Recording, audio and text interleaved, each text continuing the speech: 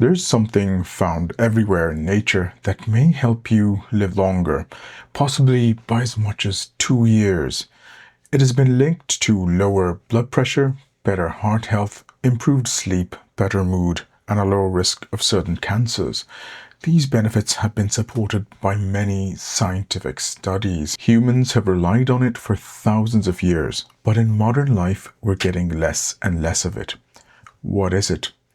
It's sunlight. And if you're thinking this is only about vitamin D, it turns out the story is much more interesting than that. Recent research shows that sunlight affects human health in many ways that go far beyond vitamin D. In fact, it is changing how many medical professionals think about sun exposure. I've been a practicing doctor for almost 20 years. Most of my work is in the emergency room and intensive care unit, where I see patients when they're critically ill, often after years of poor health habits. After seeing thousands of patients, certain patterns became impossible to ignore. That pushed me to look more closely at the research on what helps us live longer, healthier lives, and what gets in the way. That's one of the reasons I make these videos, so what I've learned from years of treating patients can be useful to others. Before we go further, this video is for information only. Please speak to your own doctor before making any health or lifestyle changes. Today, many of us spend most of our time indoors, working, studying, and looking at screens. That means we're getting much less natural sunlight than previous generations, and that may be affecting our health in real ways.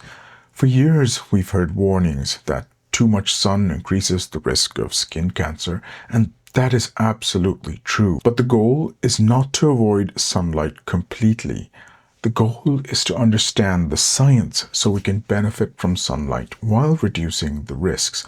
And later in the video, I'll tell you about a group of patients I see who may actually illustrate this very clearly. Most people know that sunlight helps the body produce vitamin D, but sunlight also affects the body in ways that are completely independent of vitamin D. Many chronic diseases, especially as we age, are linked to ongoing inflammation and an overactive immune system.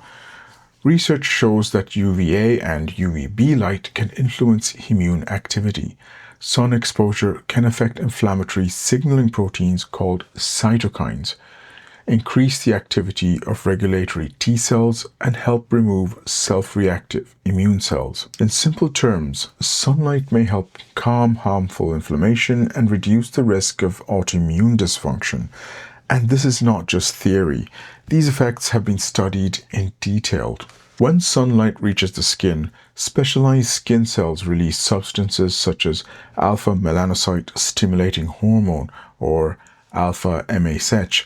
This helps reduce oxidative DNA damage from ultraviolet radiation and supports DNA repair. Interestingly, this may actually help lower melanoma risk under controlled exposure. Controlled sunlight exposure can sometimes improve inflammatory skin conditions such as psoriasis. Sunlight also increases the level of natural opioids called endorphins. That may be one reason being outside in the sun often makes people feel better. It also affects serotonin, the brain chemical involved in mood, calmness, and focus. Longer exposure to daylight has been linked to moderately higher serotonin levels, which may help improve mood and emotional well-being. That's one reason sunlight can feel like a natural mood booster. We even have a whole class of antidepressant medications called SSRIs, or selective serotonin reuptake inhibitors, which work by increasing serotonin levels. Humans are what we call diurnal creatures. We're designed to be awake during the day and asleep at night. This daily rhythm is controlled by the hormone melatonin. Morning sunlight plays an especially important role. People exposed to bright, natural light early in the day tend to produce melatonin earlier at night, which helps them fall asleep more easily. Bright morning light has also been used to help with insomnia, seasonal affective disorder, and premenstrual symptoms. As an ICU physician, I see how important this is. After critical illness, many patients lose their normal sleep-wake rhythm. Their sleep becomes disrupted, and that can slow recovery.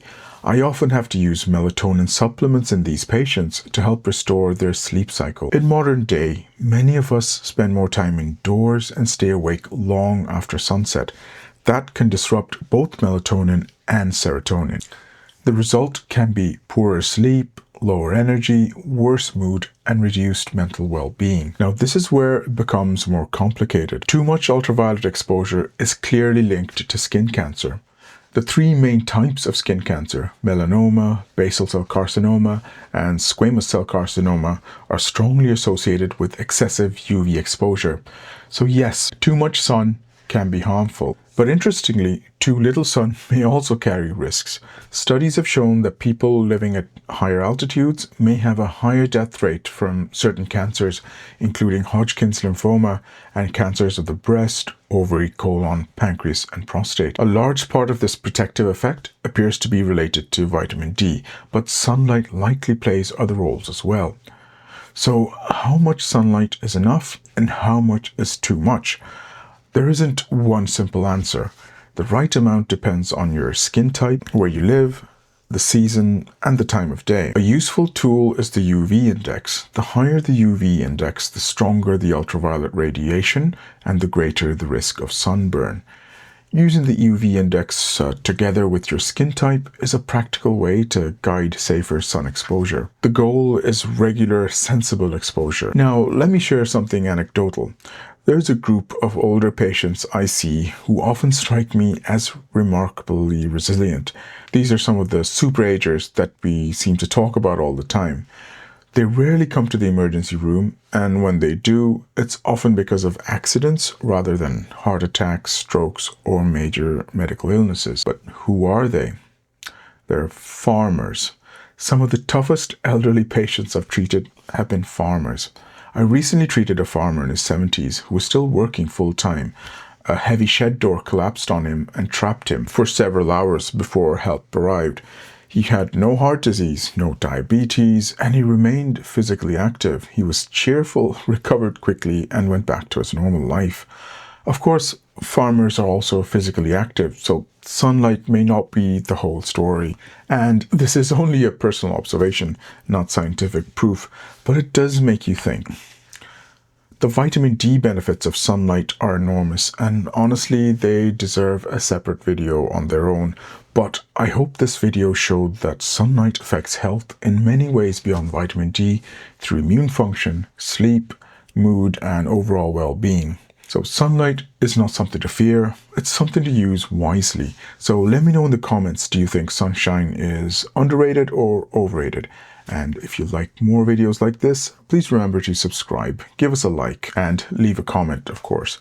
Stay healthy, stay safe, and I'll see you in the next one.